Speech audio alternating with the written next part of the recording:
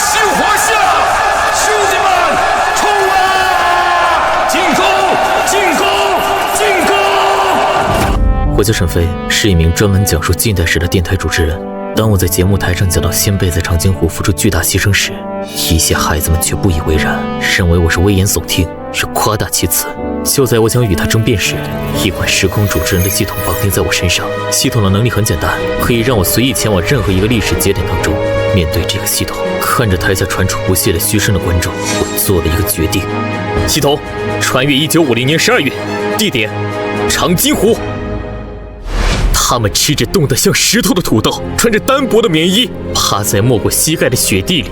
为了不让天上的侦察机发现，我们的先辈在零下几十度的雪地里一动不动，一趴就是7、8个小时，甚至更久。主持人，你这是在讲故事，还是在讲历史啊？这位同学，你有什么疑问吗？疑问？我的疑问可太大了。零下几十度，在雪地里趴7、8个小时，当那是你家被窝呢，人们都直接被冻成冰雕了，这根本不符合科学。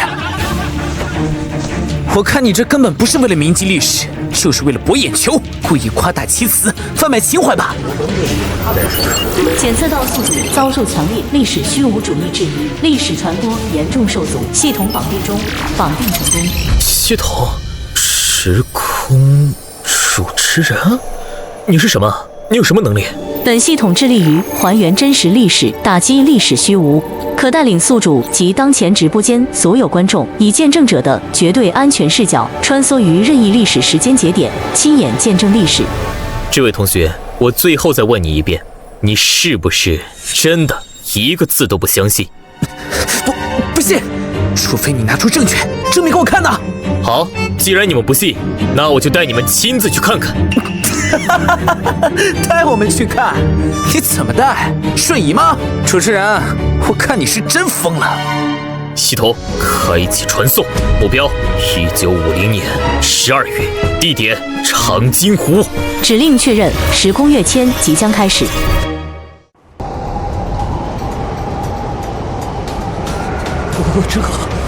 这里是哪里？好冷！天哪，我们怎么会在这里？小飞，是不是你搞的鬼？你把我们带到哪儿来了？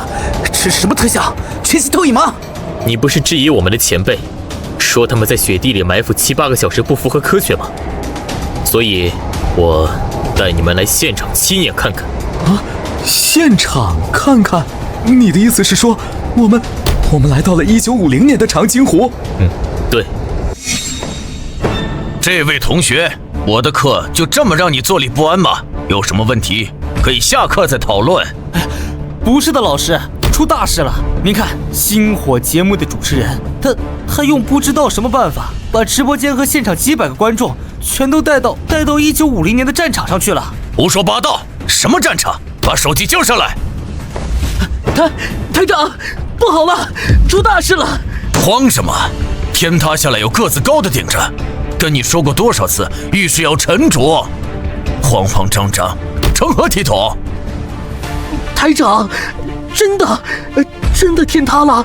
您快看，是沈飞，咱们台的主持人沈飞，他不知道用了什么办法，带着节目录制的上百位观众穿越时空，直播穿越到1950年的长津湖了。沈飞，你到底是怎么把我们带过来的？这到底是不是真的？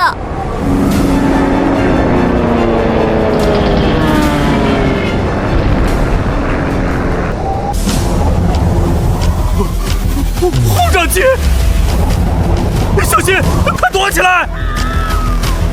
不用小心，我们是以见证者的身份来到这里，他们看不到我们，也听不到我们，更伤害不到我们。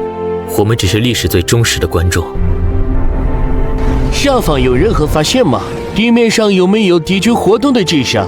没有，什么都没有，除了一片该死的白雪，连一只兔子都看不到。好吧，既然没有发现，我们就去下一个区域侦查，这里没必要浪费燃油了。主持人，你不是说带我们看真正的历史吗？那我请问你，前辈呢？你说的那些埋伏在雪地里的战士们呢？这白茫茫的一片，除了雪，连个鬼影都没有。你自己睁大眼睛看看，那是什么？看什么？什么都没有啊，不就是一片雪？动了，那片雪在动。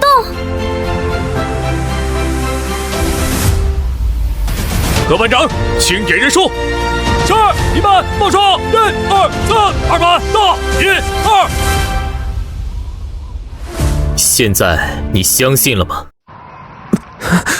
这，现在你信了吗？我信什么？我最多相信他们是在雪地里待过，但不可能在雪地里待了7、8个小时。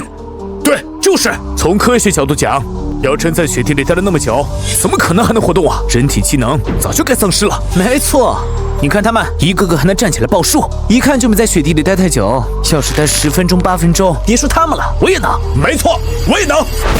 你们看，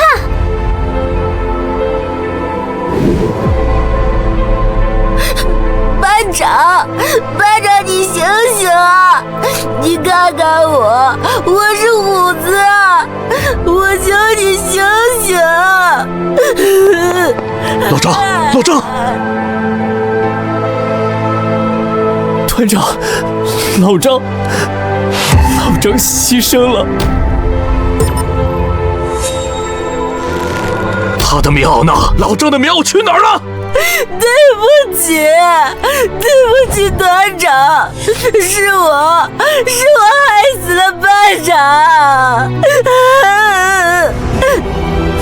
昨天夜里，我说我冷，我说我快冻死了，班长就把他的棉衣偷偷脱下来给我穿了。我不知道，我真的不知道会这样啊！班长，你醒醒啊！虎子错了，虎子再也不寒冷了，你醒醒啊！全体立正，向我们的英雄张浩然同志脱帽致礼。现在你们还觉得不科学吗？在我们吹着空调抱怨生活的时候，就是这些最可爱的人，用他们冰冷的胸膛为我们捂热了今日的和平和安宁。他们不是冰冷的雕像，他们是中华民族永远不倒的脊梁，是值得我们所有人铭记一生的丰碑。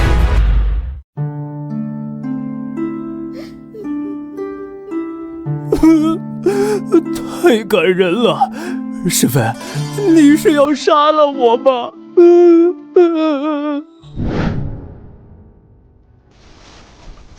这就是我们的先辈，这就是我们今天的和平，用什么换来的？说得好，说得好啊！这才是真正的历史，这才是我们不能忘记的恨。台长，您哭了？胡说，我没哭，只是风太大，眼睛里进砖头了。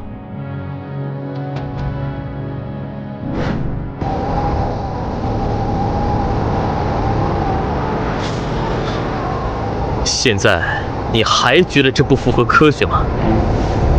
你享受着空调暖气，敲着键盘，质疑他们用生命换来的胜利。你告诉我，李浩，是谁给你的资格？我，这不就是吃点苦吗？活在这个世界上，谁不吃苦？我也吃苦，我每天早上6点就得起床上早自习，晚上做作业到11、2点才能睡。我们吃的苦，难道就不是苦了吗？无非是大家吃的苦不一样罢了。非要说谁吃的苦多，我觉得那些工地里的工人，每天顶着40度的大太阳搬砖，他们胃肠不比这些先辈们苦。我原以为你只是无知，没想到你是彻头彻尾的傲慢与麻木。好一个吃的苦不一样罢了。系统，宿主请讲。能不能让他不让我们所有人亲身体验一下这种苦？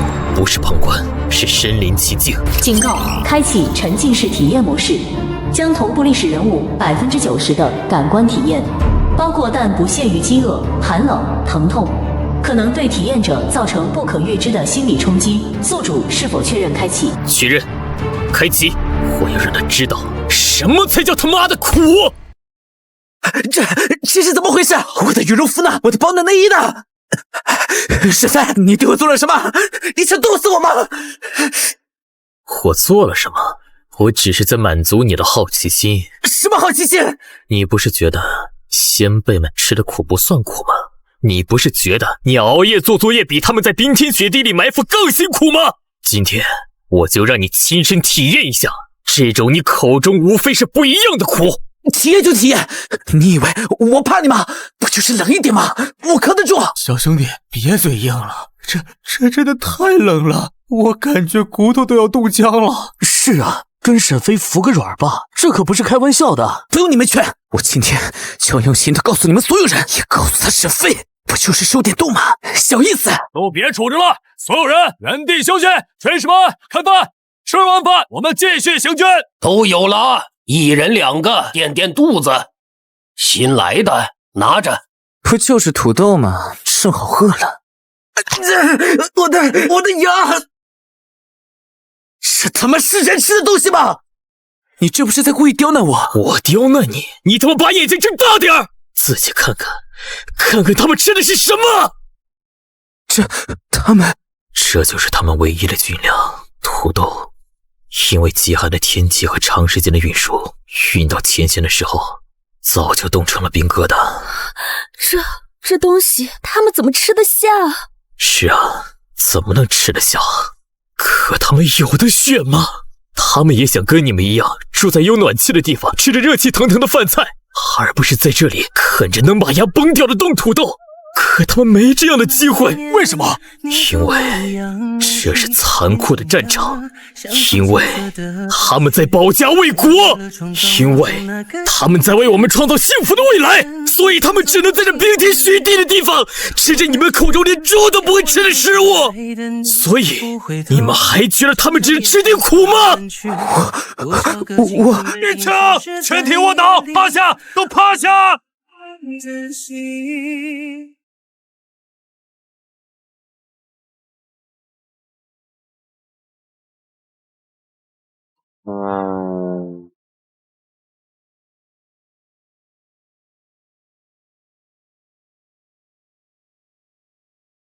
小心！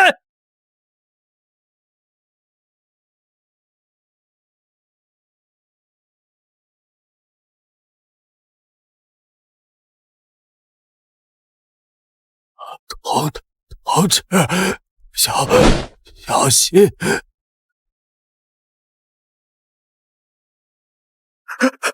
我对不起，求求你别死，你别死啊！没事的，同志，你要好好活着，替我打倒敌人。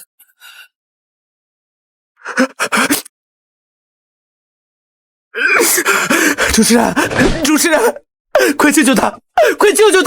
我错了，我真的错了，我求求你，快救救他好吗？救不了。为什么你能带我们来这里？为什么不能救他呢？我们只是历史的见证者，参与不了历史的发展。我除了条件艰苦之外，先辈们付出最多的还有一条条鲜活的生命。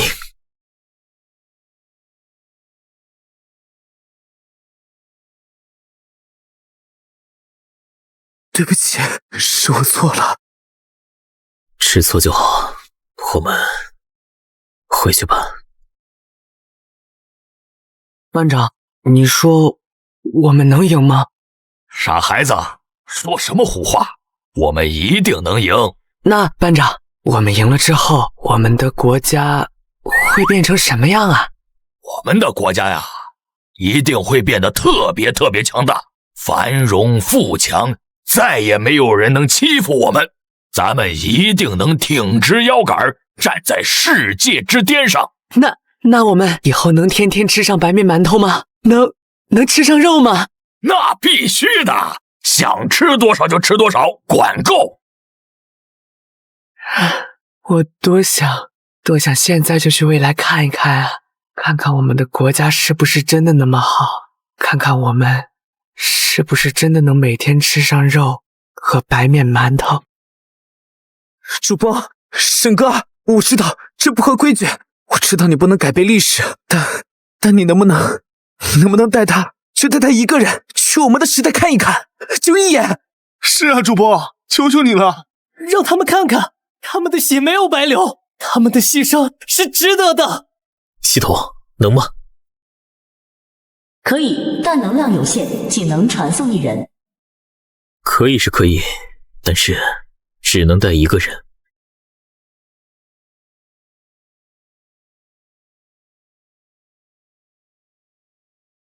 我有一个机会，可以让你们中的一个人亲眼去看看你们用生命和鲜血换来的未来。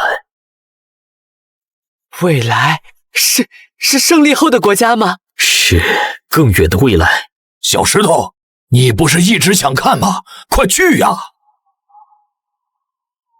我不去。为什么呀？你小子刚才还不是想去未来吗？现在机会来了，怎么不去了？小战士，你是不是不信我们呢？我们没有骗你，我们是说真的，我们真的有机会带你们去未来。不，正因为我相信你们，所以我才不去。为什么？因为我想让老班长去。不行不行，胡闹！小石头，这是你的梦想，你别让给我呀！老班长，我才14岁，等战争结束了，我还能活很久很久，我一定有机会能看到未来的。但老班长你不一样，你今年已经50多岁了，所以我想让你去。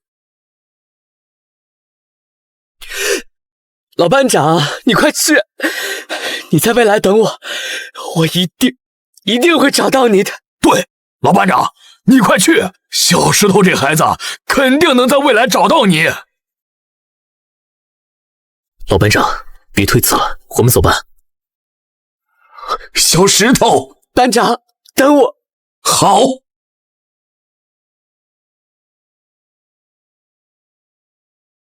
系统，带老班长回到未来。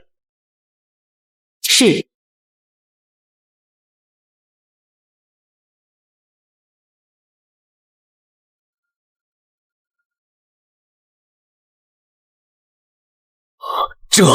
这里就是未来。是的，老班长，欢迎来到我们的时代。老班长，因为时空穿梭的能量限制，您只能在这里停留1个小时。1个小时，够了，能亲眼看一看，已经够了。这1个小时，您最想去哪里？最想看什么？我们一定满足你。我想去看看升旗的地方。台长，我全程在看直播。沈飞，什么都不用说，我以最快的速度让老班长看到升旗。是，谢谢台长。所有人听令，动用一切资源，给我以最快的速度护送老班长前往升旗点，保证完成任务。师傅，到升旗点要多久？主持人，现在是早黄昏，大道堵得水泄不通，预计最快也要1个小时。1个小时？那来不及了，师傅，麻烦你，无论如何都要快。明白。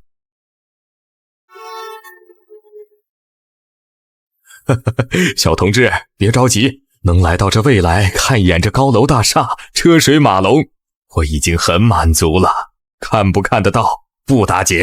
不，一定能看到，我答应过你，就一定让你看到。各位在大道上的司机朋友们，插播一条特殊消息，今天有一位跨越了70年时空长河的英雄老战士来到了我们身边，他最大的心愿就是想亲眼看一次升旗仪式。由于现在是交通早高峰，恳请各位司机朋友们，如果可以，请为英雄让出一条希望通道，感谢大家的理解与支持。让了！天哪，都让开了！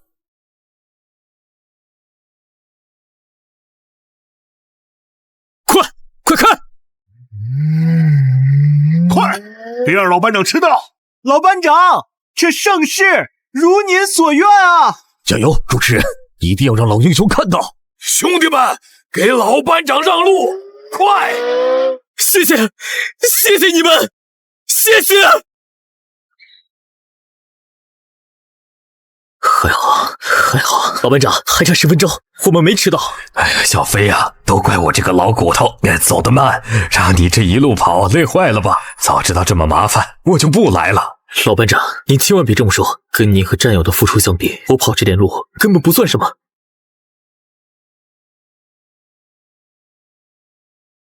报告班长，升旗手已就位，奉上级指令，今日为您升旗。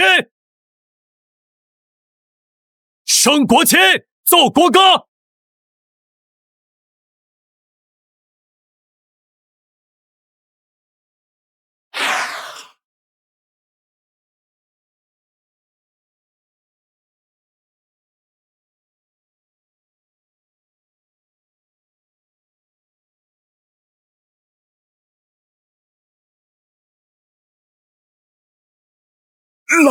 老班长。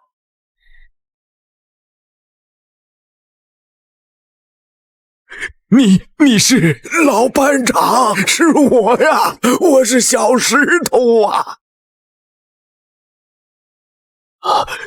你小子还活着呢？活着，班长，我一直都记着您的话，好好活着，替没能回来的弟兄们看看这太平世道。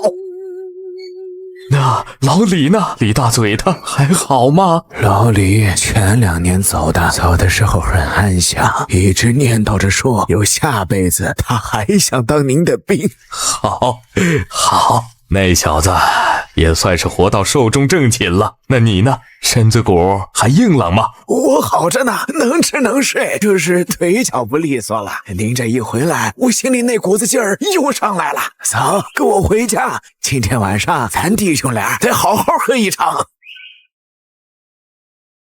时间又到了，石头，酒就不喝了，我该走了。小同志，赶紧想办法留住班长，我还没跟他喝上酒，没让他瞧瞧咱们的行武呢。前辈，留不住，我留不住了。小石头，哭什么？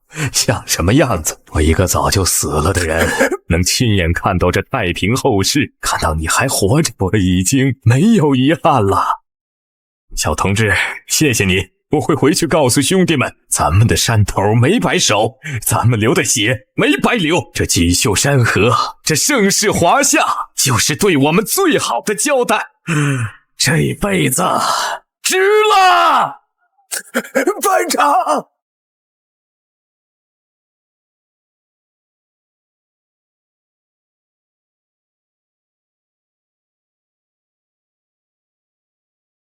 小飞啊，我干这行多少年了，什么样的场面没见过？可像刚才那样让我热血沸腾、热泪盈眶的，还真是头一遭。台长，别激动。失态了。上峰说你的节目意义非凡，让我们全力配合你，放开手脚去做。不会拿我去做切片吧？上面知道你身上可能有点小秘密，但你放心，我们是唯物主义阵地，绝对不会把你抓去做切片研究的。你安心做节目就行。台长，你先松开，咱们有话好说啊。说吧，下一期节目咱们做什么？台里都听你的。下一期的节目吗？我还真没想好做什么。不急，你慢慢想。走，陪我一起去看场球赛，给你解解压。我几年没看球了，还是算了。台里准备给你涨工资，不是工资的事儿，我是真10倍，要给我涨10倍工资。哎，台长，我可太爱看球赛了。这他妈的能解压？这是给我上血压吧？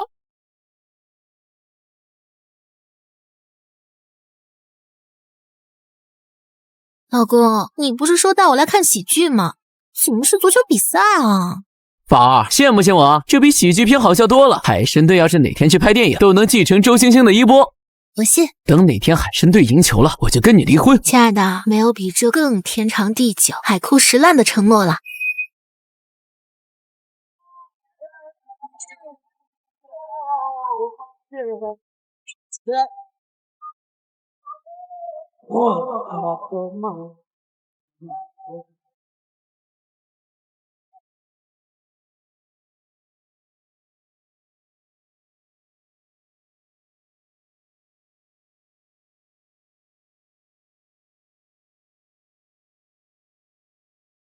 裁判，我没有踢他，是他用头撞我脚的。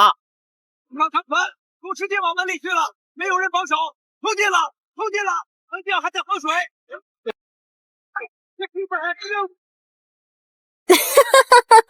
老公，你说的没错，这真的是喜剧，比二人转还好笑呢。走吧，不该让你陪我来的。请问为什么这次主场作战我们会输得这么彻底？什么为什么？赛场草皮太软了，踢得不习惯。对，太软了。我职业生涯就没踢过这么软的草地。你们刚刚也看到了啊，我们对这个场地不太适应。而且我觉得不能叫失败吧，我们踢的还是非常激烈的，主要是主场作战压力太大，球迷的呐喊声对我们的干扰太强了。还有今天阴天也影响了我们的心情。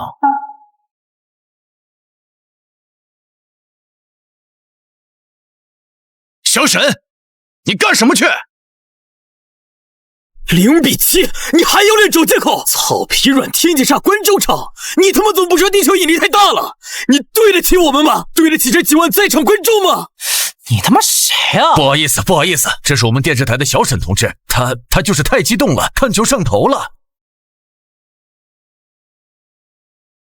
我希望球迷朋友们能给我们多一点包容，我们每个球员都不容易，谁也不想输球啊。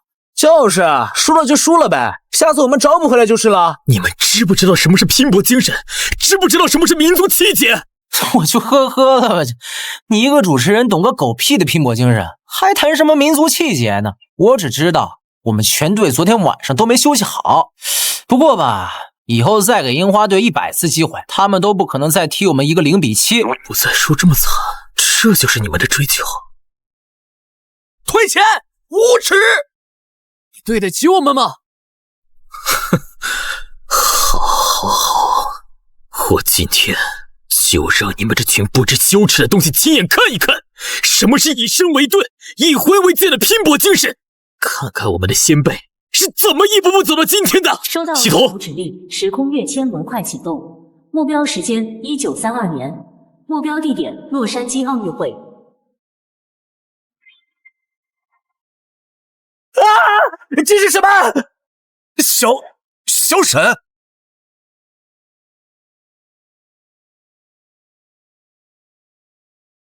怎么回事啊？这是哪儿？你对我们做了什么？1932年的洛杉矶运动会。1932年的洛杉矶？你疯了吧？这怎么可能？走了，球输了，人也疯了。就是啊，现在的主持人都这么会搞行为艺术了吗？新的宣传片吗？那是刘长春，我们的奥运第一人刘长春呐！那是英雄，是在民族危难之际，一个人代表一个国家出战的英雄。天哪，是刚刚那个少年，他真的把那些球员带去了1932年的洛杉矶。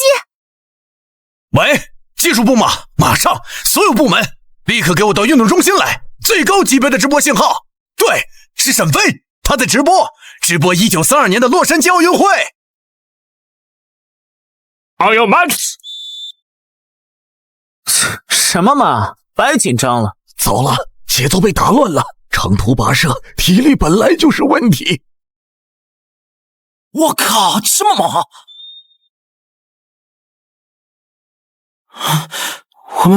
我们国家第一次参加奥运就这样失败了吗？切，怎么费这么大劲儿就是带我们来看这个啊？就跑了个倒数第一，我上我也行啊！耶，又看又 up！ 你们知道他是怎么一步一步走到这里的吗？我管他怎么来的，我只知道他失败了，就像我们输了球一样，他也是个失败者。凭什么他失败了你们就尊重，我们失败了你们就嘘声一片？这不公平！不同？好，那我就带你们亲眼看看，你们和他究竟有什么不同。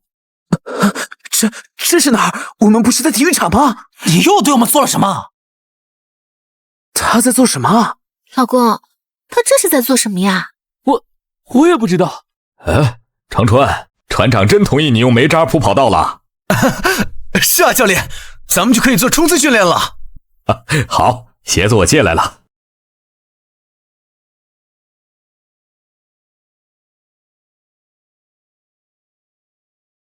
没有训练环境，就创造环境吗？这种环境怎么训练？老子都快被颠吐了。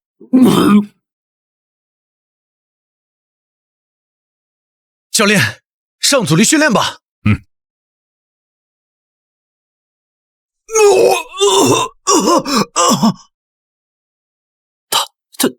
他晕船还练，他脑子没病吧？教练，继续吧。长春，要不先休息一下？你都连着吐了几天了。不，我可以的，不能耽误训练。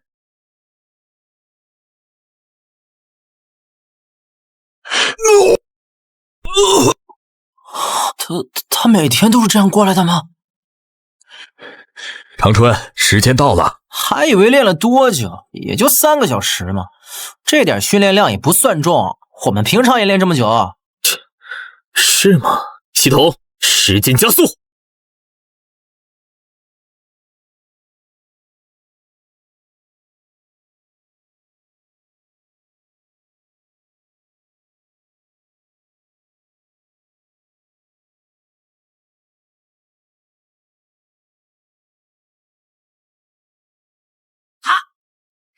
3个小时根本不是他的全部训练量。白天吐成那样，晚上还加练，谁能告诉我这是为什么呀？海参队那帮废物看到了吗？这就是你们嘲笑的人。现在你们还觉得他的训练量不大吗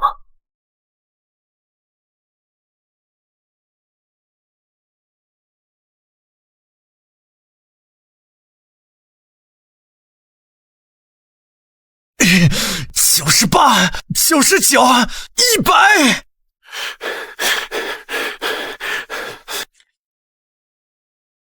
时间到了，长春，今晚船上有一个舞会，你跟我一起去。教练，你总缩减我的训练时间，还老让我干一些不该干的事。我来这里可不是为了学跳舞的。我跟你讲过好几遍了，交际舞是西方人一种很高雅的社交活动，你要借这个机会让他们亲眼看看第一个代表华夏参加奥运会的人是什么样的风采。他们不都已经知道了吗？你就当这是训练任务。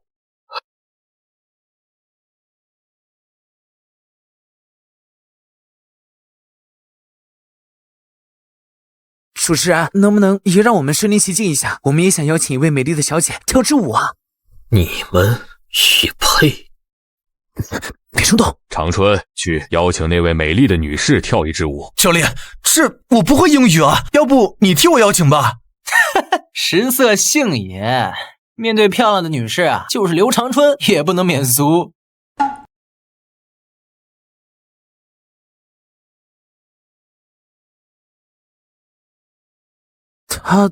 他要去哪儿？跟出去看看，不就知道了。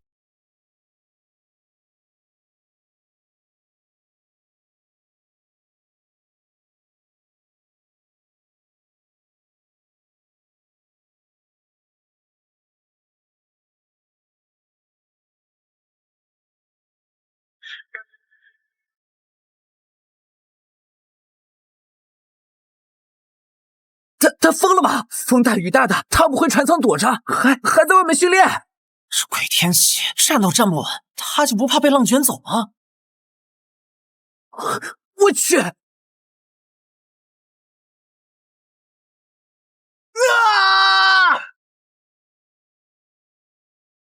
有病，脑子绝对有病！淋雨会感冒，撞伤了会影响状态，在这种环境下训练，除了感动自己有什么用？纯粹是作秀。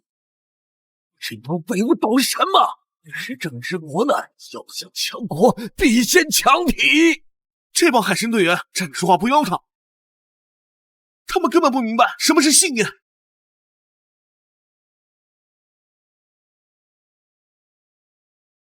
他为什么要这样？为什么要这么拼？系统能让他们也体验一下这种环境吗？开启。可以开启环境共享模式，模拟真实体感，痛苦程度99%，但不会对目标造成实质性身体损伤。怎么回事？怎么突然淋到雨了？开门，让我们进去！见鬼了！沈飞，是不是你搞的鬼？你对我们做了什么？没什么，只是让你们也亲身感受一下你们口中作秀的环境。在刘长春训练结束之前，你们谁也别想回去，好好享受吧。你们只是站在这里淋雨，而他是在风雨中搏命训练。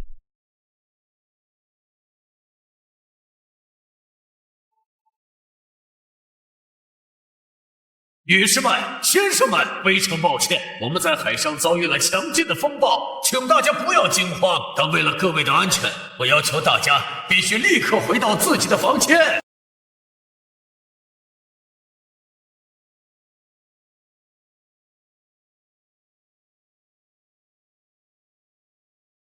刘长川，你疯了！别跑了，求求你别跑了！是，我们回来了。主持人，后来怎么样了？那场风暴耽误了整整2天，如果按照正常的航线，我们无论如何也赶不上开幕式了。唯一的办法就是跳过下一站港口，径直驶向洛杉矶，等着去船上所有乘客的同意。所有人都同意了，只有一个 M 国人拒绝了。他愤怒，他几百万的生意都折在了华夏，折在了战火中。对了，这个年代，我们这……刘长春和他打了一个赌，他赌自己能在10秒之内跑完80米，如果他赢了，2人就同意更改航线。那他赢了吗？那可是80米，10秒啊！1932年，人类最快的记录是10秒3，在一条摇晃的甲板上跑进80米10秒，几乎是不可能完成的任务。但他赢了，9秒8，他用双腿赢得了所有人的尊重。今天是我们华夏代表团第一次参加奥运会开幕式。愣着干什么？跟上，我们陪他一起跑进会场。操！为什么要听他的？等等我。Next, the delegation from China.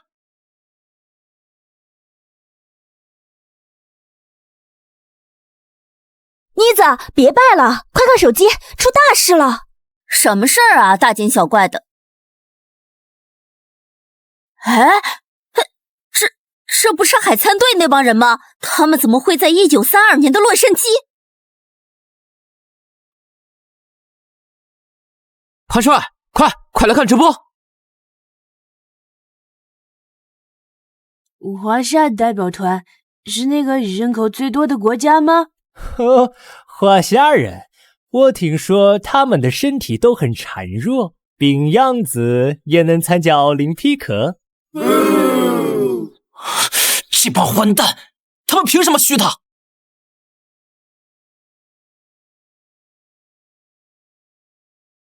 现在你们看到了吗？刘长春是怎么一步一步跑到这里的？你们知道吗？漂亮国队提前2个月就到了洛杉矶训练，其他国家的队伍也都提前几周抵达，只有我们，只有刘长春在开幕式当天才匆匆赶到。他有没有像你们一样有过一句怨言？他有没有告诉那些翘首以盼的海外同胞，他有多累，有多难？不，他没有。他从未说过自己的苦，自己的难，但他告诉了全世界，华夏人来了。这是我们第一次走上了世界奥林匹克的舞台。是刘长春是输了，但一个古老的民族觉醒了，是他让全世界看到，这个身处战火中的国家没有屈服。华夏有自己的运动员，战争是打不败华夏的。手腕要稳，对，盯住球。教练，你看大屏幕。啊，教练，你怎么哭了？那个会场是所有运动员少年时的梦，可是谁能想到，我们第一次真正站在那个赛场上时，所面临的是整个世界的质疑和冷笑。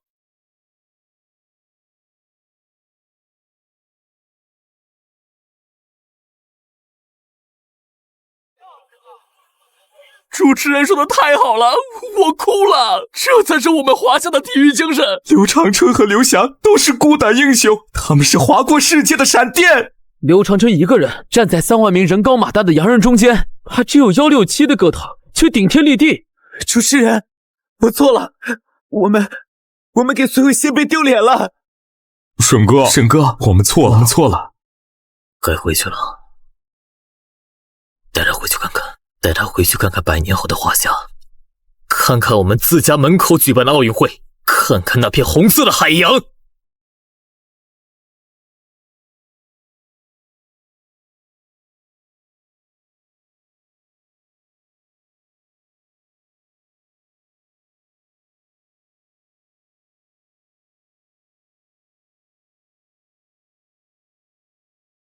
教练，我不退赛。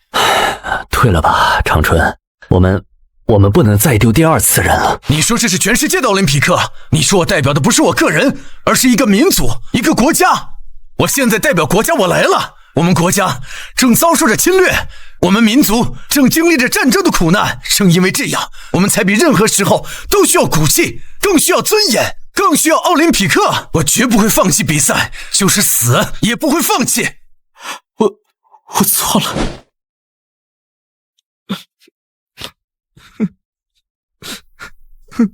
刘长春，你没有失败。你是洛杉矶的华侨吗？谢谢你，不过你不用安慰我，是我没用，我对不起国家。不，刘先生，你已经做到了最好，相信我，我不是华侨，我来自于后世华夏。后世华夏？那你能不能告诉我，我们在后世拿到属于自己的奥林匹克金牌了吗？是的，我们拿到了。在后世，我们的运动员再也不用坐着21天的游轮才能站在奥林匹克的场馆里，我们举办了自己的奥林匹克，就在我们的首都京城。那一年，我们拿到了全世界最多的金牌，红色的海洋闪耀了全世界。刘先生，你愿意跟我一起回到后世奥运会的那一年，亲眼去看一看吗？我愿意。系统穿越，目标2008京城鸟巢。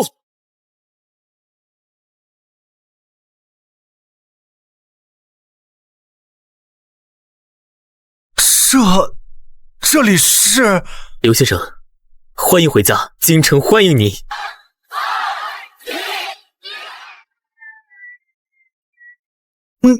那是什么？那是历史的脚印，刘先生，是从你们那一代人开始，一步一步走到今天的。有朋自远方来，我们真的做到了。刘先生，你还好吗？我没事，我只是太高兴了。我们的队伍呢？我们的队伍什么时候出来？别急，刘先生，压轴的总是在最后出场。现在向我们走来的是东道主华夏代表团。这都是我们的运动员，怎么这么多人？是的，刘先生，我们派出了1099人的代表团，我们再也不是孤军奋战了。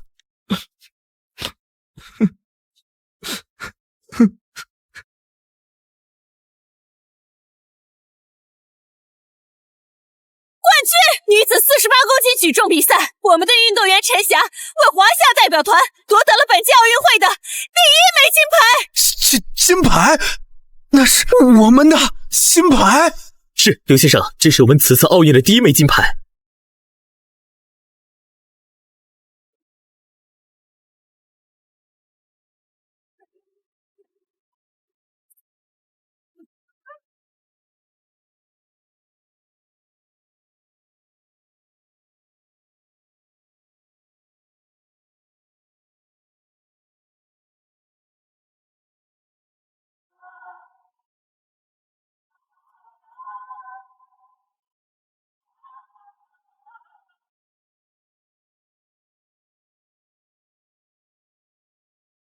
我们真的做到了，祖国强大了，再也不是那个让人心凉的弱国了。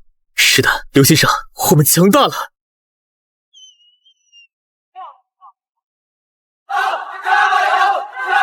刘翔加油！刘翔加油！刘翔加油！刘翔加油！他是。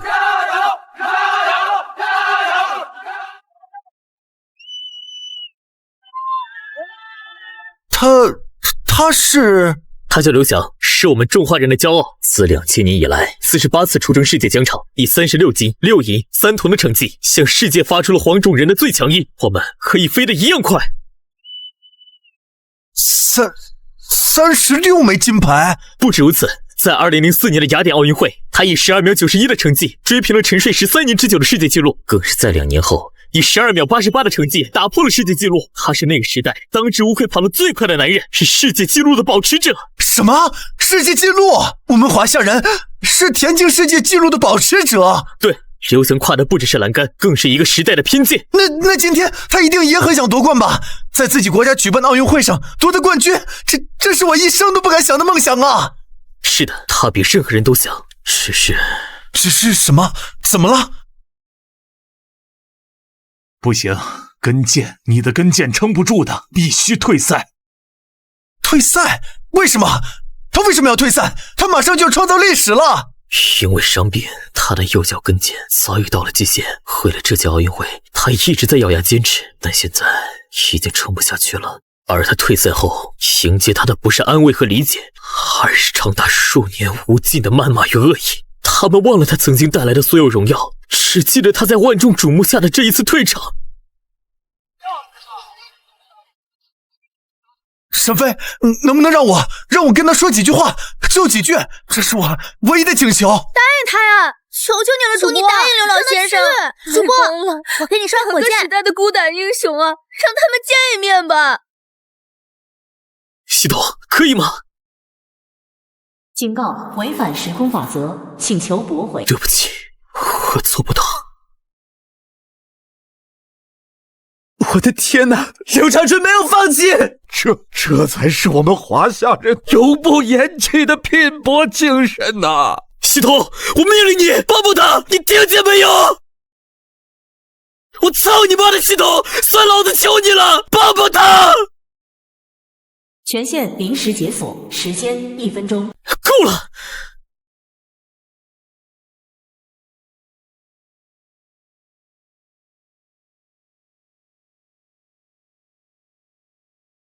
我是刘长春，孩子，我为你骄傲。前辈，您是来劝我不要放弃比赛的吗？可是我的脚不，孩子，我是来劝你放弃比赛的。放弃比赛？是啊，放弃。可是前辈当年你那么坚持，孩子啊，当年我奋勇向前，正是盼着后一辈能远离我们曾经的苦难。那时国家满目疮痍，唯有国民体魄强健，方能更好的抵御外辱，守护家园。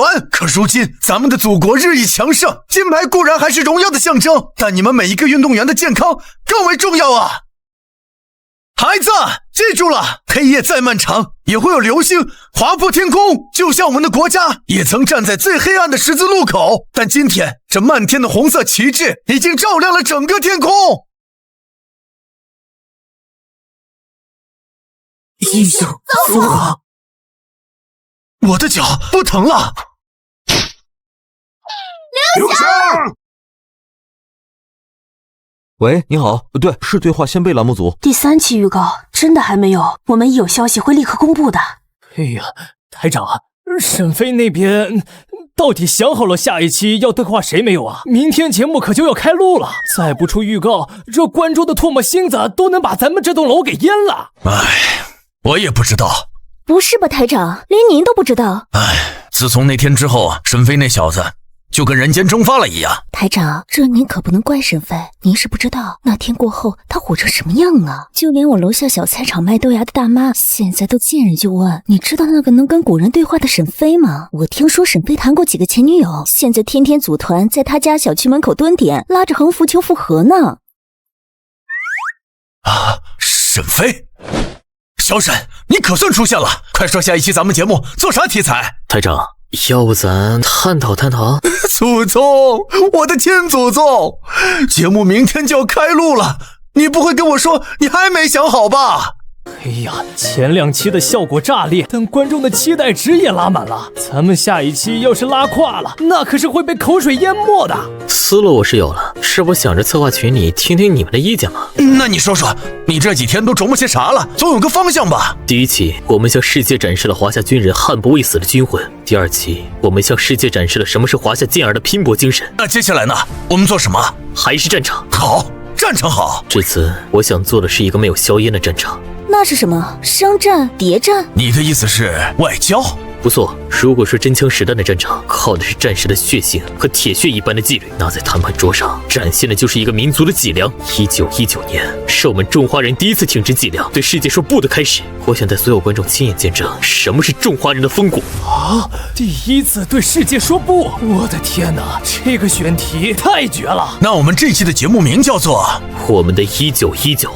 嗨，美女，我是一个视频博主，正在做一个浪漫拥吻的挑战。你长得非常漂亮，我也非常帅气，所以我想亲你一下，可以吗？这个，不好意思，我在等我的男朋友。但他现在又不在这里，这只是我们之间的小秘密。那好吧。先生，你怎么呢？抱歉，女士，你实在是太迷人了，让我情难自已。我向您道歉。你是哪个国家的人？我来自浪漫的巴黎。哇，浪漫之都，那是我最向往的城市了。我听说你们浪漫国的人都非常的绅士有风度。的确是这样，这是刻在我们骨子里的基因，是你们华夏男人无法比拟的。你说的对，我们这里的男人确实不懂浪漫。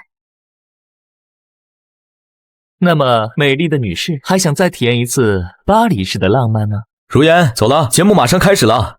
先生，我该走了，我男朋友来了。你们在干嘛？这位先生，我们刚刚正在进行一项街头挑战，你的女朋友很有趣。对，我刚刚配合这位先生做了一个节目，我们快走吧。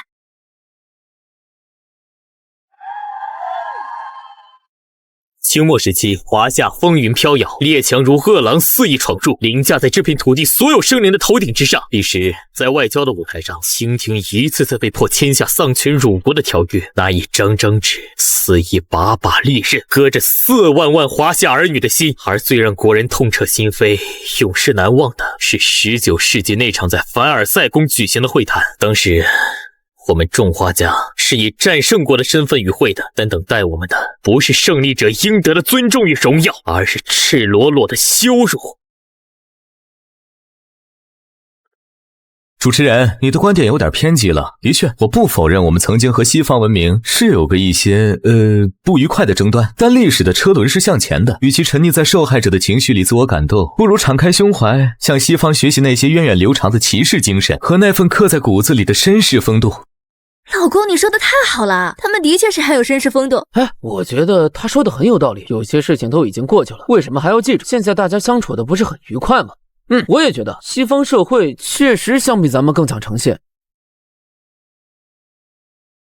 陈凡先生，那你可知你所谓的绅士风度是建立在什么之上？当我们华夏积弱之时，陈凡先生所谓的绅士有一个算一个，全是吃人的恶狼，是一群穿着西装、打着领带、满口文明却干着最野蛮勾当的恶狼。他们今日之所以会对我们彬彬有礼，不是因为他们良心发现，而是因为我们的国家真正站起来了。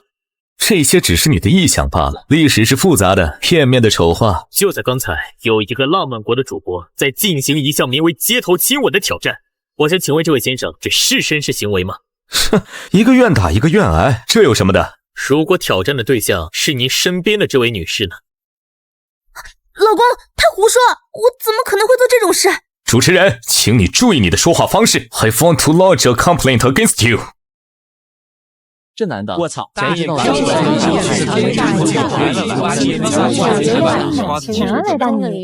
既然你坚持，那么我就带你们亲眼去看看他们的真实嘴脸。系统开启传送，坐标1919年1月18日，地点巴黎。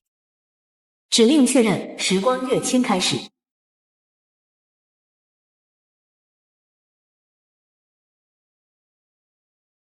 台长，破亿了，在线观看人数破亿了，还在涨！我的天，已经超过我们电视台创建以来的所有历史峰值了！疯了，都疯了！前2期我因为出差错过了直播，我以为是节目组做的超前特效，没想到真的可以穿越历史。数据是重要，但和沈飞现在在做的事情比起来，不值一提。他现在正在做的是为我们这个民族找回那段快要被人遗忘的记忆，那是我们的华夏魂。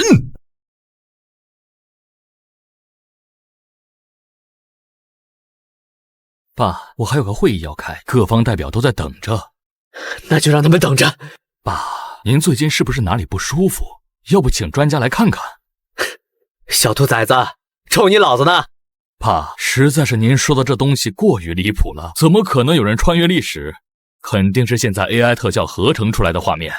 等着，一会儿你就知道这到底是特效还是真的了。就算是真的，但顾先生的这个片段我都不知道研究多少遍了，台词都会背了。那不一样，就算是演的，今天你也得给我看完。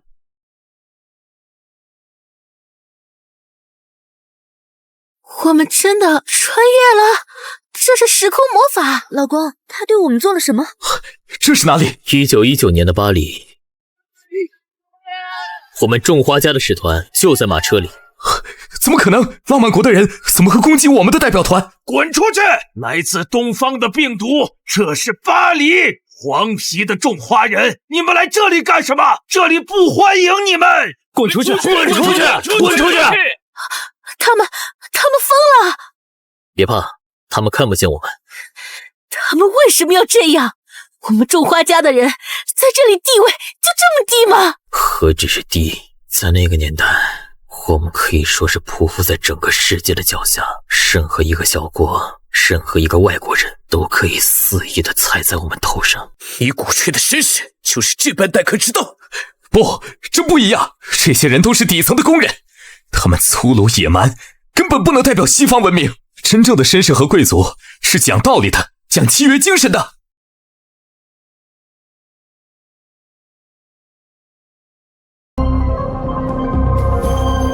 诸位，我们此刻在和会上的处境，大家都心知肚明。我们一心想要废除那丧权辱国的21条，想要收回外国人在华的一切不平等特权，以及夺回东山省的主权。可这每一条诉求都何其艰难！唉，我准备稍后去面见克里孟总长。我的想法是，我们必须示弱，以博取强国的同情与支持。只有让他们觉得我们弱小可怜，他们才有可能出于道义帮我们说几句话。这就是当年代表团的讨论现场。陆总长主张示弱外交。示弱？我们的马车在外面被当街打砸，我们还要对他们摇尾乞怜吗？总长，不好了，出事了！慌什么？慢慢说。会场那边传来消息，我们原本在和会上的5个席位被削减成了2个。什么？欺人太甚！凭什么？他们凭什么出尔反尔？走，我们去找克里孟总长。天哪，这比皇宫还要奢华。老公，这就是一国总长，怎么穿成这样来会见他国代表？总长阁下，百忙之中打扰，万分抱歉。我们是为了席位被削减一事而来，希望您能……哦，那个呀，我已经知道了，这只是个小小的程序调整，为了提高会议效率嘛。可是阁下，您知道5个席位对我们至关重要，这代表着4万万同胞的尊严和声音，绝非小事。总长阁下，我们代表的是2国邦交，而非个人。您是不是应当换上正式的会装，给予我们应有的尊重？尊重？年轻人，看来你们还没有搞清楚自己的位置。带他们去会客厅等着，我需要去沐浴，换身体面的衣服，来接见我们尊贵的客人。欺人太甚，这简直是欺人太甚！这就是他们标榜的文明和绅士礼仪吗？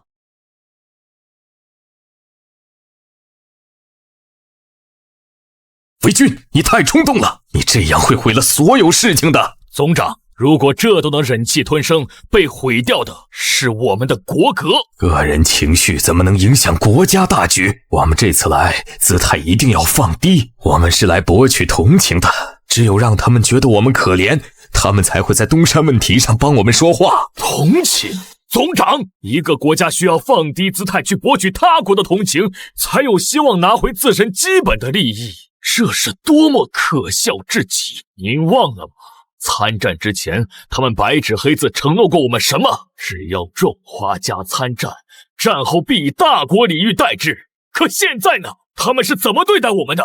在大街上，我们的国民被殴打；在会场上，我们的席位被剥夺；在这里，我们还要被如此羞辱。说得好，尊严不是靠别人施舍的。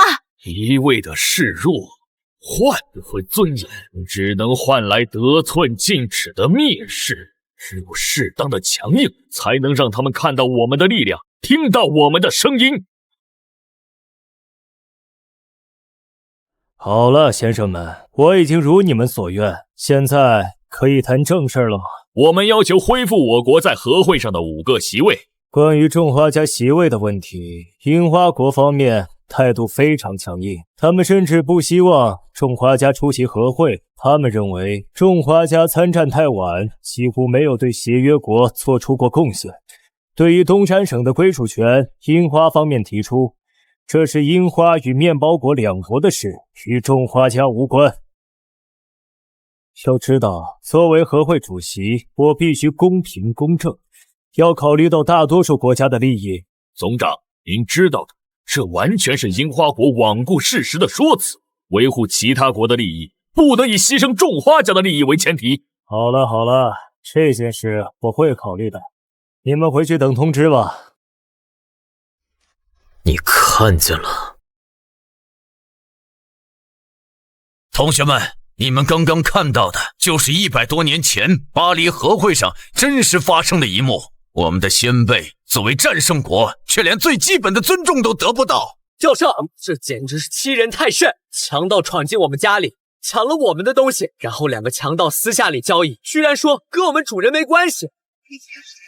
就是我杀你与你无关，这是人类能说出来的话吗？樱花国凭什么那么嚣张？大家的心情我完全理解，樱花国的逻辑就是强盗的逻辑，他们仗着国力强盛，根本不把当时的我们放在眼里，而西方所谓的公理与正义，在绝对的实力面前，不过是一张可以随意践踏的废纸。顾先生说的对，尊严不是靠别人施舍的，一味的示弱和乞求，换不回尊严，只能换来更无情的羞辱。对，尊严是存在的，不是存在的。好啊，少年强则国强，有你们在，种花家的脊梁就永远不会断。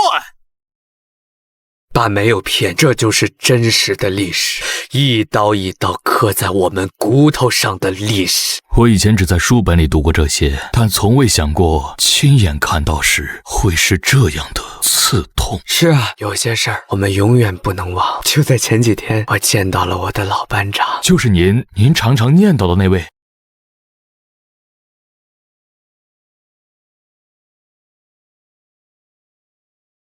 虽然看不见，但他其实就站在那儿，握着我的手。老班长的手啊，就像当年在战场上把我从死人堆里拉出来时一样有力。国泰民安，红旗飘扬，好啊，真好。儿子呀，爸知道你这辈子最敬佩的人就是顾先生。当年顾先生在全世界面前第一次对那些列强说了不，让全世界都看到了我们华夏人的骨气。爸希望如果有那么一天你能见到顾先生，你要亲口告诉他，今日之种花家早已不是100年前的种花家，我们强大了，我们再也不会任人欺凌，种花家的声音可以响彻世界。谢谢他为我们赢得了第一份尊严。司长，面包国和樱花国的代表已经到了，他们……那就让他们等着。总长，和会来通知了。他们怎么说？和会驳回了我们提出的所有要求，只保留了东山归属问题的讨论资格。泪目了，真的泪目了。欺人太甚，欺人太甚啊！弱国无外交，这5个字太沉重了，我喘不过气来。原来我们的国家曾经走过这么艰难的路，我都不知道，对不起。他们要求我们必须在下午3点之前到会场，阐述我方立场。什么？只剩下1个小时？这分明是故意羞辱我们！他们根本就没想听我们说什么。如果所谓的协商就是让我们跪下来接受施舍，那么这样的和会无趣也罢。与其任人宰割，在退让中丧失国格，不如就此离去，为我种花家保留最后一丝体面。为君，你说的对。那我们到底是去还是不去？总长，如果我们不去，就等于主动放弃，今后在这巴黎，在这世界上，就再也没有我们发言的资格了。我身体突感不适，头痛欲裂。下午的和会就由劳顾先生代为出席吧。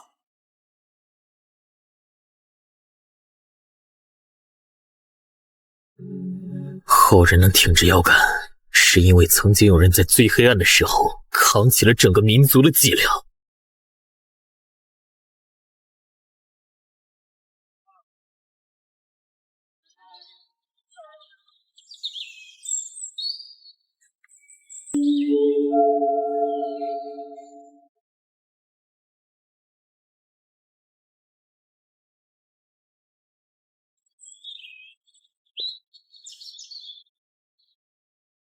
顾先生怎么把别人的东西拿走了？捡了东西不还，就算对方是樱花人，这有点不太好吧？别急，一会儿你们就知道顾先生为什么没有还了。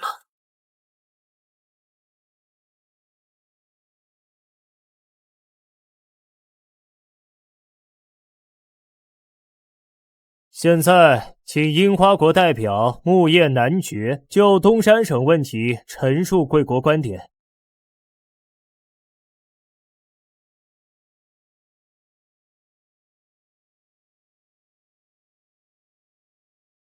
Gentlemen, about the Dongshan province issue, my country and the Southern Ocean government have already signed a treaty. It is settled. There is no need to waste our precious time discussing it here. So, you mean there is nothing to negotiate? No. Of course not.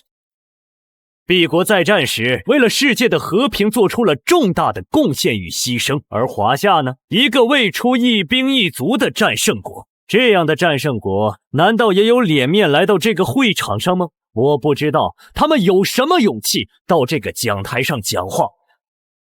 是一群强盗，想要强占我们东山，甚至连一句解释理由都没有。现在请种花家代表发言。这就是那个弱国的代表，看起来不太一样。切，装模作样吓唬人罢了。本来就是走个过场，还指望他能说出什么花来吗？ Why do I not see the shadow of achievement on him？ 我见过亲人，他们是无知到连乞丐都不如的野蛮人，但这个顾先生却给我一种说不清的感觉。请允许我在正式发言之前给大家看一样东西。好，说我们自己的母语，先生就是先生。Proceed。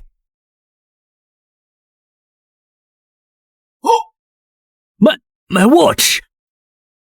进入会场之前，木叶男爵为了讨好我，希望我方能在东山省的争夺上予以方便，便把这块象征着他贵族身份的金表送给了我。什么贿赂？你是公然的贿赂！天哪，樱花国竟然想用这种手段 I protest. This is theft. This is blatant theft. The representative of Qing stole my watch. He is a thief. A shameless thief! This is shameless! Utterly shameless! I demand that you arrest this thief immediately! 这到底是怎么回事？那个种花人真的偷了男爵的表？不好说，但你看那个种花家代表镇定的可怕，反而这个樱花男爵像个疯子。顾先生这么做不太妥当吧？这不符合绅士的行为。不。这很绅士。肃静！对于木叶男爵提出的关于盗窃的严重指控，顾先生，你有什么要回应的吗？木叶男爵愤怒了，他真的愤怒了。姑且，就算是我偷了他的金表，那么我倒想问问木叶男爵，你们樱花当着全世界的面偷了我们整个东山省，这又该怎么算？你胡说八道！木叶男爵这种行为，东山省的3600万人民，他们该不该愤怒？我4万万华夏同胞该不该愤怒？我想请问木叶男爵，你们樱花强占东山省的行为算不算盗窃？是不是无耻？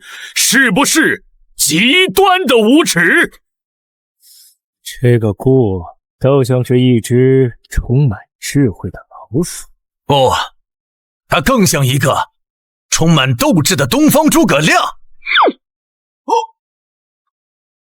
东山省又名孔城，乃是孔孟之乡，是华夏文明的摇篮。我们的至圣先师孔子和孟子就诞生在这片神圣的土地上。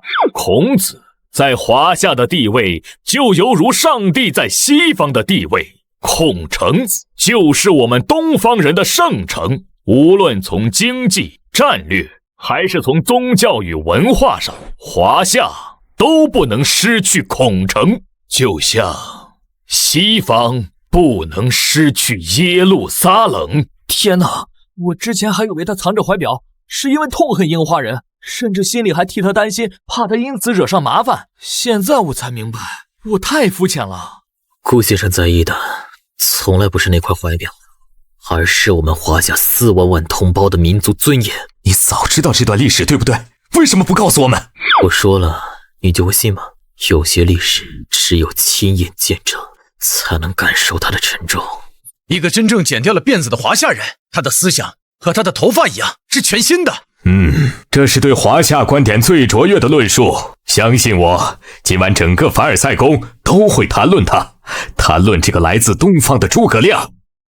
尊敬的审判长阁下，尊敬的各位代表，刚才木叶男爵称我华夏是未出一兵一卒的战胜国，这是公然无视最基本的事实。战争期间，我们华夏以工代兵，向欧洲战场输送了14万劳工，他们遍布战场的每一个角落，他们在前线挖战壕，他们运输弹药，他们甚至冒着枪林弹雨修复铁路，他们和所有战胜国的战士一样，在流血，在牺牲。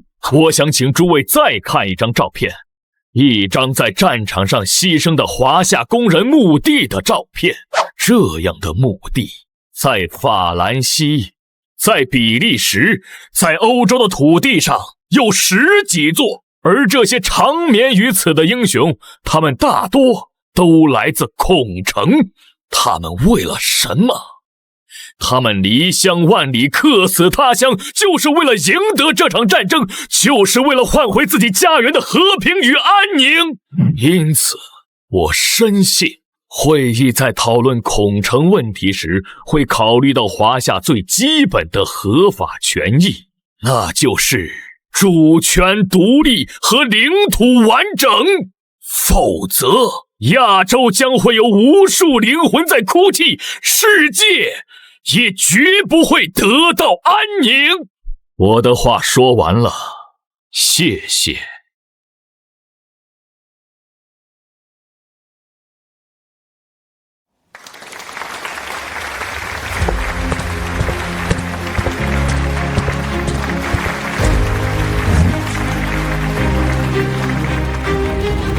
先生，您的演讲是我此生听过最震撼人心的声音，它不仅仅是辩护，更是来自一个古老文明的灵魂呐喊。我向您以及您所代表的人民致以最崇高的敬意。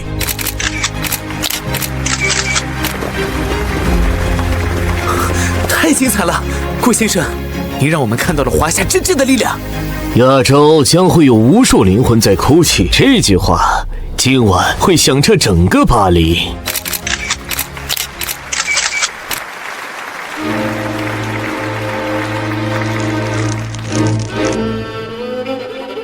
八嘎！这个该死的龙国人！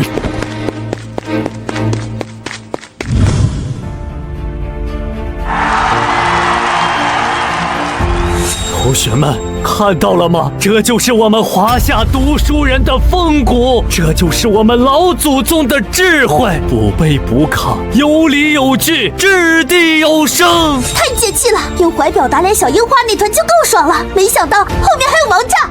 亚洲将会有无数灵魂在哭泣，世界也绝不会得到安宁。天哪，这句话太有力量了，我感觉我的灵魂都在跟着颤抖。一人之辩，力压全球，不愧是先生啊！莫道书生无胆气，敢叫天地沉入海。先生好气魄。主持人，所有人都在为顾先生欢呼，你怎么反而如此沉默？难道你不为顾先生的风采所折服吗？顾先生的文采自当是举世无双，他的这次演讲也是这个时代最璀璨的光。但语言的力量在利益和拳头面前，终究就是一张一戳即破的薄纸，孱弱的毫无还手之力。顾先生不是已经征服他们了吗？樱花人都气跑了。你低估了他们的无耻。这次会议名为和会，实为分赃。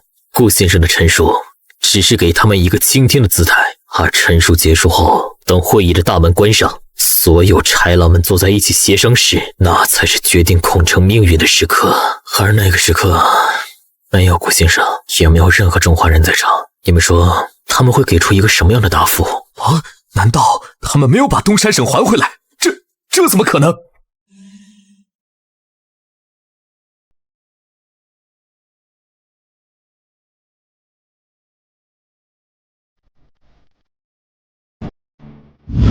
顾先生，为了我们来之不易的友谊以及未来的合作，干杯！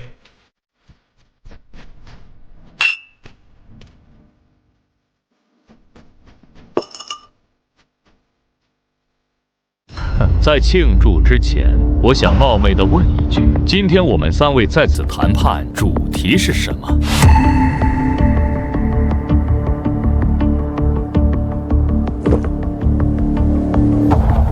顾先生多虑了，今天请您来，只是想再次表明我们樱花官方以及我本人的诚意。樱花与华夏的合作前景是无限的。关于孔城，我们重申对其土地绝无任何要求，我们想要的只是更好的与贵国进行深度的经济合作。对，顾先生您看，孔城的主权依旧是华夏的，这一点绝不会变。樱花国只是获得其中一部分微不足道的经济权利而已。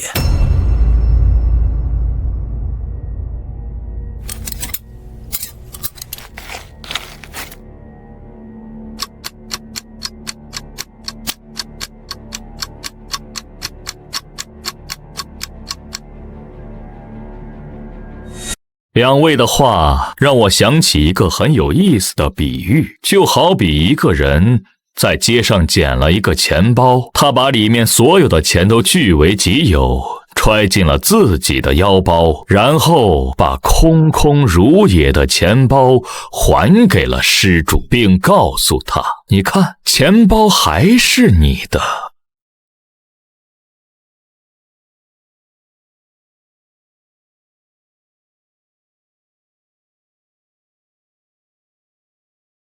漂亮，这就是降维打击啊！顾先生太智慧了。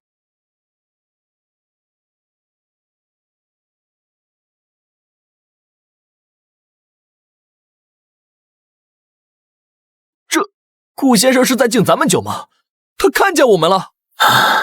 是也不是。主持人，什么意思？先生这个无声的举动，是比任何语言都更加尖锐的蔑视。顾先生是在致敬那些为国牺牲的英魂，也是在致敬未来的希望，而我们正是众华家的未来，不是吗？年轻人，你说的真好。顾先生，我们只是官方的交谈员，一切都是奉命行事，有些决定不是你我这样层级的人能够左右的。小樱花这是赤裸裸威胁呀！谢谢你们的款待，我吃得很好。岂有此理！男爵阁下，请息怒。这个顾先生，他和你之前在东方遇到的那些人不一样，他是剪了头发的，不是那些留着辫子、卑躬屈膝的奴才，也不是那些可以随意收买的王爷，他是新派人物。可恶！他们以为剪掉了那象征着屈辱与奴役的辫子，就能堂堂正正的做人了。他们骨子里流淌的依旧是那卑贱的血液，永远都摆脱不了被我们踩在脚下的命运。弱小就是原罪，面对强者，唯一的选择就是把跪拜的姿态摆得尽量好看一点，或许还能换来一丝怜悯。这个顾先生连这点都看不透，真是愚蠢至极。不过既然他这么嚣张，就让他多嚣张一会儿。等我们的战舰抵达港口，等我们全副武装的士兵踏上这片土地，到时候就算他跪在我的面前求饶，我也不会饶过他。妈的，老子忍不住了！狗日的小樱花，我去你老母的！主持人，能不能让我以尸体出现？我现在就要亲手宰了这个小樱花，还有这个金毛闭眼的坏种！抱歉，老先生，我们无法改变已经发生过的历史进程，我们只能是看客。如果可以的话，我早就动手了。陈凡，你他妈的还有什么话好说？这就是你鼓吹的西方骑士精神。这要是能叫劳什子太平绅士，那顾先生呢？顾先生又是什么？顾先生顾先生借敌之法破敌之举，以侵略者惯用的手段反制于他们，欲挽国之将倾。这样的先生，国士无双。不错，主持人，我要向你道歉。我们不该听信沈飞鼓吹的那套虚伪的西方精英化理论。我现在才知道，他们口中狭隘的绅士风度简直可笑至极。陈凡，你应该向主持人道歉，向所有国人道歉。这不一样，我说的是鹰将，他们是世界的警察，他们会主持正义的。混账！我的拳头不打自己人。主持人，俺是个粗人，没读过几天书，也不懂啥大道理，俺也辩不过他这种读过书的文化人。可是我这胸口堵得慌啊，是口恶气，实在咽不下去。您是读书人，您能帮大伙说道吗？老先生，您先别激动，您应该当过兵吧？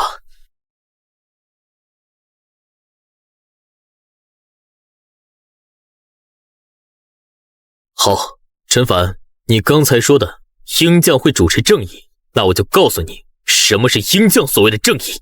当时的鹰将口中高喊着支持民族自觉与国际公平，听起来很高尚，对吗？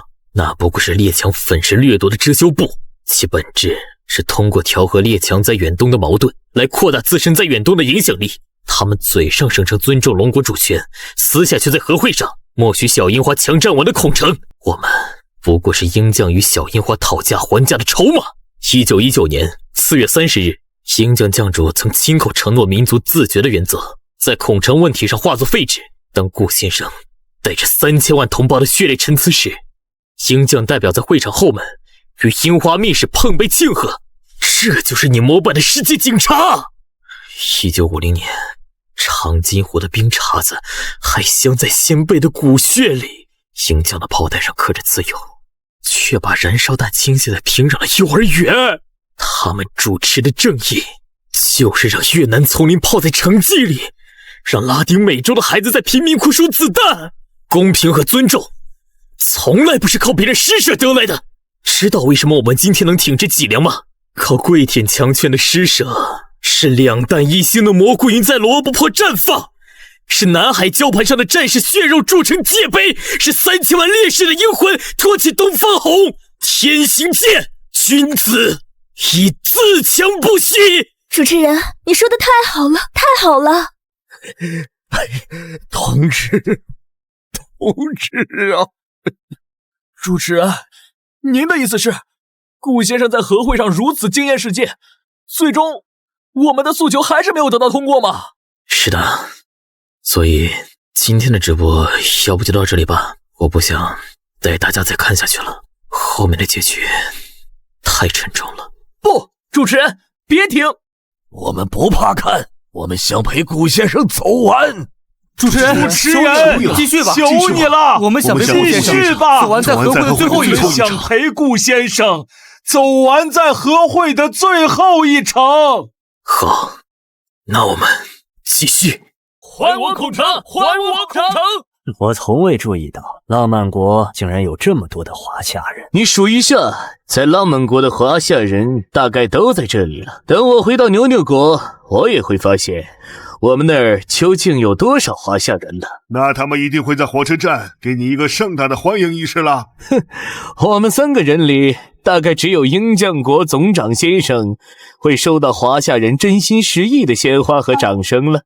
你们不觉得这种猫捉老鼠的游戏很有趣？现在你看到了。主持人，我错了。如果我现在要离开这里，你能理解吗？总长，您说什么？我不知道我留在这里还有什么用。我是个软弱的人，我没有勇气去拒绝签字，但我的良心不允许我去签字，不能成为民族的罪人。不对，总长，还没到最后一步，我们还有机会，我们还能争取，我们可以拒绝签字。没机会了，我老了。顾，你还年轻。他怎么可以丢下顾先生一个人？临阵脱逃，他怎么能在这个关键时刻掉链子？气死我了！先生也恐惧了吗？面对强敌，先生未曾落泪，背负骂名，他也未曾落泪。可当战友放弃，当最后一丝希望断绝时，先生，这不是恐惧的泪，是先生自觉有愧于天下苍生信任的泪，是眼看我华夏国土将要因一纸空文落入倭寇之手的不甘与心痛。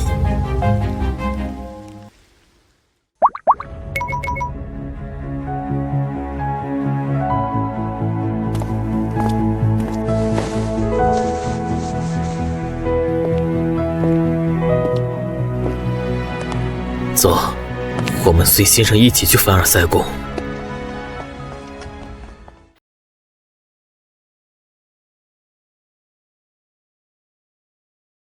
哎，你们看，为什么没有我们华夏的座位？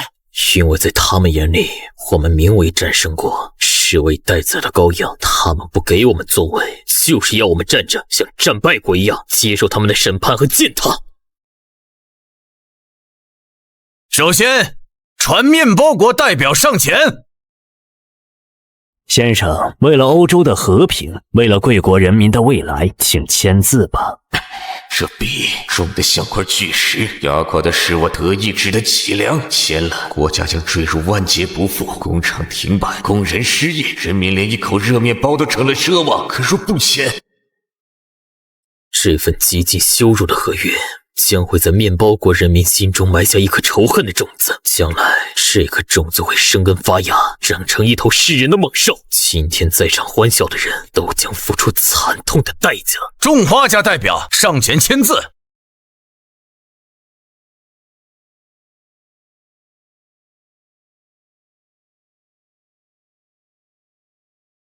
尊敬的科里孟阁下，尊敬的各位代表，我很失望。最高会谈竟然无视华夏人民的存在，出卖了作为战胜国的我们，我很愤怒。你们凭什么把我们华夏的孔城拱手让给倭寇人？我们的人民在欧洲大陆流尽了鲜血，我们的国家为了这场战争付出了惨痛的代价。华夏人已经做到了仁至义尽。我想问问在场的各位，这样一份丧权辱国的合约，谁能接受啊？这华夏的代表是不是脑子秀逗了呀？他以为这是在他们国内的朝堂上吗？凭什么签？凭你们懦弱无能，凭你们积贫积弱，或者本就没有资格与强者谈条件，简直就是一个跳梁小丑。难道他认为他不签字，红城就不是我们大樱花帝国的了吗？真是天真。我们拒绝签字，请你们记住，都给我记住！华夏人永远不会忘记这沉痛的一天。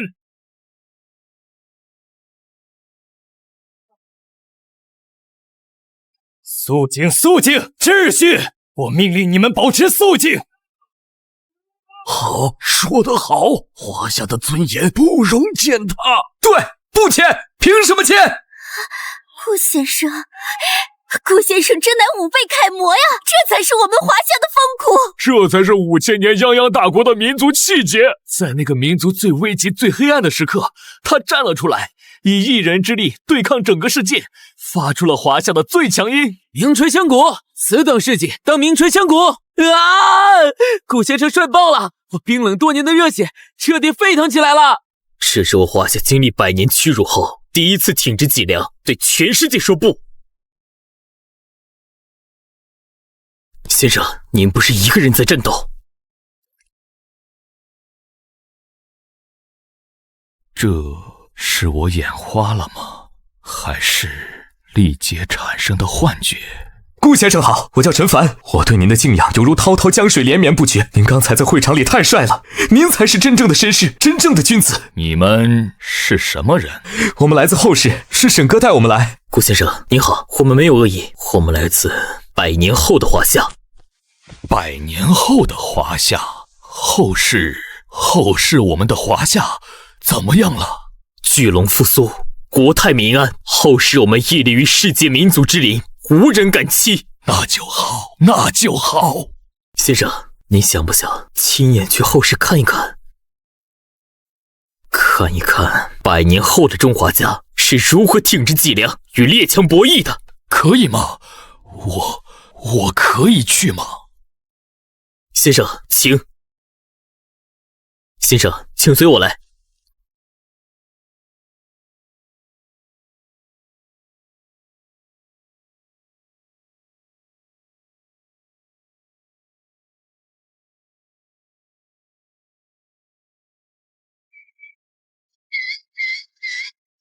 这是后世的交谈现场。是的。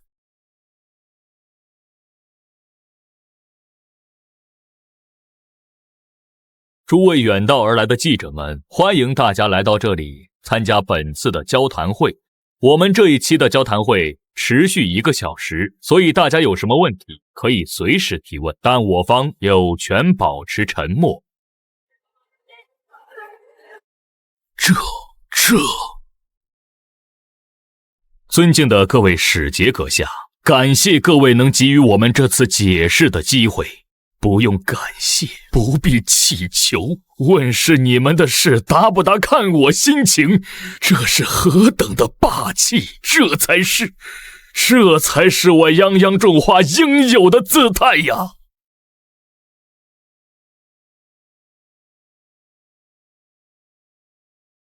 尊敬的种花家交谈代表您好，我是鹰将国的记者，我想提问一下。就在1周前，我国有2位公民前往你们种花家旅游，只是因为实话实说，点评了你们种花家人的素质问题，从而和路人产生了一点小小的争议。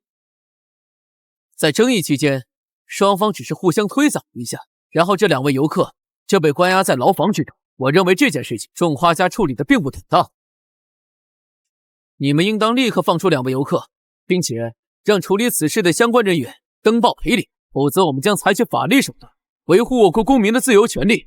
希望种花家能给一个交代。那个时候，洋人在华夏就是祖宗，别说发生争议，就是当街打死人，他们也不会坐牢。等待我们的只有屈辱的赔款和道歉。现在竟然直接逮捕了，这会放人吗？这位记者朋友，你的提问我已经收到了，不过你口中的事实和我们所掌握的资料似乎有些出入。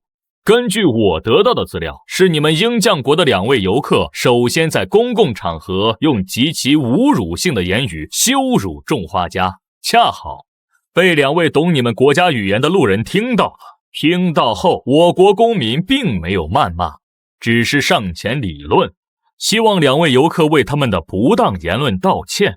但这2位游客不但没有道歉，反而态度更加猖狂，并率先动手推搡。最终，我国公民选择报警，而在我国警方到达现场后，那2位游客依旧猖狂至极，在警方再三警告之下，仍然拒绝配合，并持续发表侮辱性的言论。因此，我方在没有违背任何世界法基本条款的前提下，按照种花家法律，对2位游客实施了最合理的处理方式。所以，我给你的回答就是不可能放人。当然，这位朋友，如何使用法律的权益去保护你的同胞，这是你个人的选择。但是在我这里，不好意思，不行。我希望你能从实力的角度出发，思考一下不放人会引发什么样的后果。乔治先生，有句话，我想你和你的国家需要记住，在种花家面前，你们没有资格说你们从实力的地位出发同种花家谈话。好了，下一个。100年沧桑，世界还是那个世界，但种花家已经不再是100年前的种花家了。沈飞，谢谢你让我亲眼目睹了这一切。先生，这盛世光景可如您心中所愿？如愿。沈飞，谢谢你让我亲眼目睹了这一切。先生，可还有遗憾。顾某此生再无遗憾可有。沈飞，谢谢你让我亲眼见证了这一切。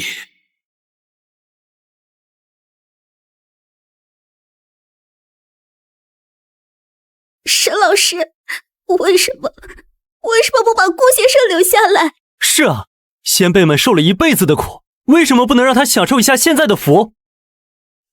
各位，我理解大家的心情，但你们有没有想过，对于先生而言，什么才是真正的福？先生一生所求为何？不过是国泰民安，山河无恙。他想看到的是我们种花后辈能挺直脊梁，无人敢欺。如今他想看的都看到了，他想听的也都听到了，于他而言，这便是最美满的结局。沈先生，对不起，我的见解太过肤浅片面，从不知历史真正的温度与重量。谢谢您给我上了最深刻的一课。历史本就该是有血有肉的。